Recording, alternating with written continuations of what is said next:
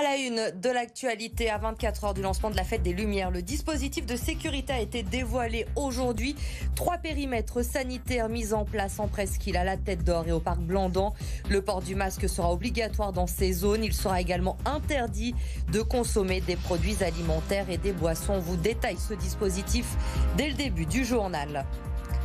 C'est un nouveau coup dur pour le monde de la nuit. Vendredi, les discothèques vont fermer pour au moins 4 semaines. Une décision jugée disproportionnée par les professionnels qui font traditionnellement le plein pour les fêtes de fin d'année. Que risque l'Olympique lyonnais? Demain, la commission de discipline de la Ligue doit se prononcer suite au jet de bouteille sur Dimitri Payet.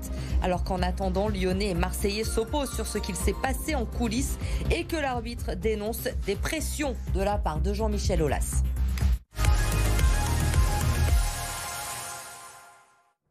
Le Premier ministre Jean Castex a été très clair hier. La fête des Lumières peut se tenir à Lyon cette année, mais le préfet du Rhône devait prendre des règles extrêmement strictes, notamment dans les zones où l'on se regroupe pour consommer. Une conférence de presse a été organisée en fin d'après-midi pour dévoiler le dispositif de sécurité pour cette fête des Lumières qui débute demain soir. Sur place, à la préfecture, on retrouve Amélie Duchamp. Ce sera une fête des Lumières très encadrée, a prévenu le préfet Pascal Mayos. Pour éviter de faire de Lyon un cluster géant, un périmètre sanitaire a été établi. Alors ce périmètre sanitaire, il ira du parc Blandan au parc de la Tête d'Or en passant par la presqu'île élargie. Dans cette zone, le masque sera obligatoire partout et pour tous.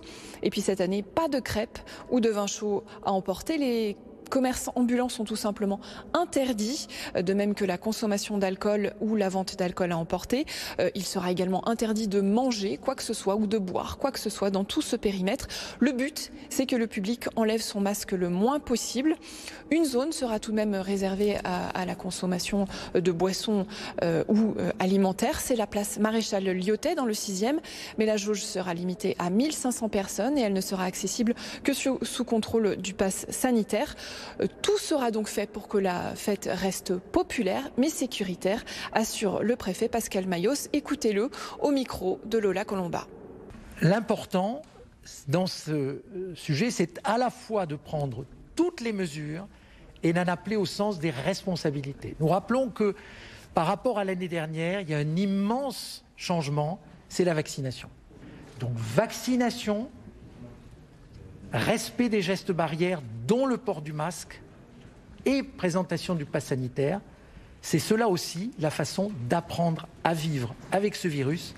Et pour vérifier que toutes les règles instaurées seront bien respectées, presque 1400 policiers nationaux, policiers municipaux, militaires, gendarmes seront déployés. Ils pourront faire des contrôles d'identité aléatoires, mais aussi des palpations. Notez bien ce rendez-vous demain à partir de 17h, émission spéciale bien sûr sur BFM Lyon pour vivre cette fête des Lumières. Nous serons en direct toute la soirée de la place des Terreaux pour vivre ensemble le lancement de la fête des Lumières à partir donc de 17h demain sur notre antenne. Et avec la reprise épidémique très forte, cette 5e vague du Covid qui nous frappe, le gouvernement a recommandé hier de limiter au maximum les interactions sociales. Résultat, beaucoup d'événements s'annulent. Tous les réceptifs prévus autour de la fête des Lumières n'auront pas lieu et certaines entreprises commencent déjà à annuler les soirées de fin d'année. Un coup dur pour les traiteurs lyonnais qui réalisent une partie de leur chiffre d'affaires sur le mois de décembre. Écoutez. Depuis les 2 annonces qui ont été faites par le gouvernement, c'est une perte d'activité chez moi aujourd'hui qui se porte à plus de 60%. Tout ce qui est, on va dire, repas de fin d'année, arbre de Noël, tout ça.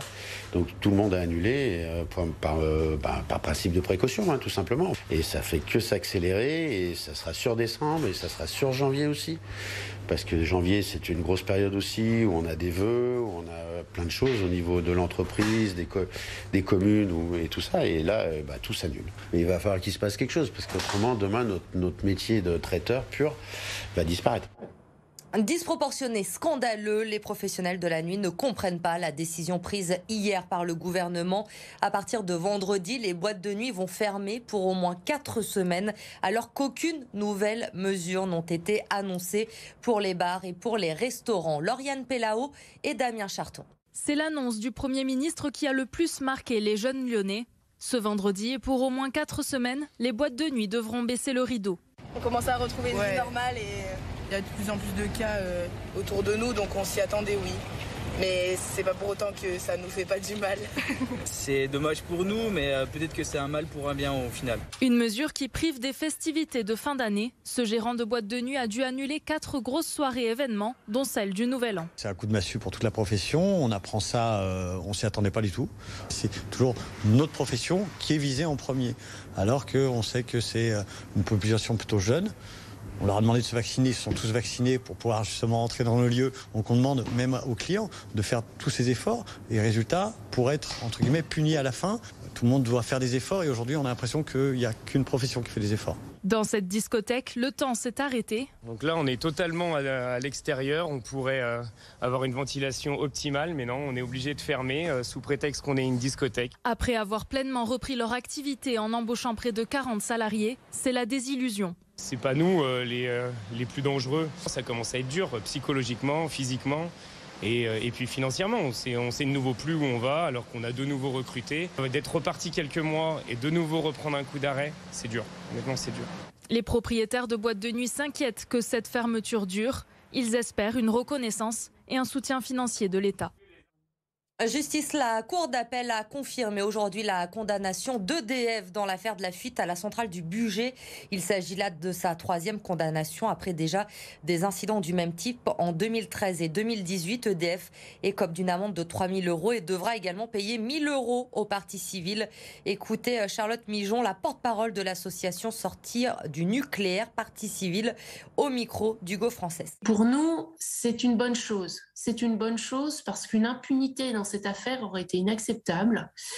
Et même si les montants des amendes sont quand même assez modestes, on va dire, au regard de la gravité des faits, ça indique quand même qu'il ne faut pas laisser passer ça. Et cette pollution, il aurait été d'autant plus grave qu'elle reste impunie qu'EDF a pour intention de laisser fonctionner encore 10 ans de plus les réacteurs de la centrale nucléaire du Bugey et également de construire sur ce site 2 nouveaux réacteurs EPR. À moins de 3 semaines de Noël, vous êtes très certainement en train d'acheter vos cadeaux et ensuite de passer par la case de l'emballage. Et bien ce soir, on vous emmène au cœur de l'usine d'une célèbre marque de papeterie. Vous ne le savez sûrement pas, mais son papier cadeau est fabriqué chez nous à Genasse. Mélanie Ferreira. Je vous emmène côté impression du coup, là où sont imprimés du coup tous nos motifs. Là, on imprime 2022 déjà. Jusqu'à 250 mètres de papier imprimé à la minute. Cela va très vite. Et à la sortie, Mathilde vérifie que le travail est bien fait. Et voilà, on vérifie que la couleur est la bonne, que les manchons qu'on a utilisés sont bien calés, qu'il n'y a pas de décalage et que le motif est vraiment, correspond vraiment à ce qu'on avait imaginé à la base. Un motif imaginé pour Noël 2022 déjà. Les collections de ce Noël 2021, elles sont déjà en boutique. Il en reste quelques rouleaux à l'usine. Et ce qui marche le plus, c'est le traditionnel. Les Pères Noël, le rouge, le vert, le naturel et le craft, c'est ce qui paie le plus en tout cas cette année. Le craft qui se développe de plus en plus et représente aujourd'hui environ 40% de la production. Pour se renouveler et faire face à la concurrence, la marque joue la carte de l'écologie. Tous nos papiers proviennent d'Europe, sont sourcés chez des papetiers qui gèrent durablement les forêts. Donc, ce sont des papiers issus de bois certifiés de culture. Le craft, par exemple, provient du sud-ouest de la France. Et cette année, l'approvisionnement est difficile. Le prix du papier a augmenté de 20 à 30%, celui de l'énergie également. Des hausses qui devraient se répercuter sur vos paquets cadeaux, mais ceux de l'année prochaine.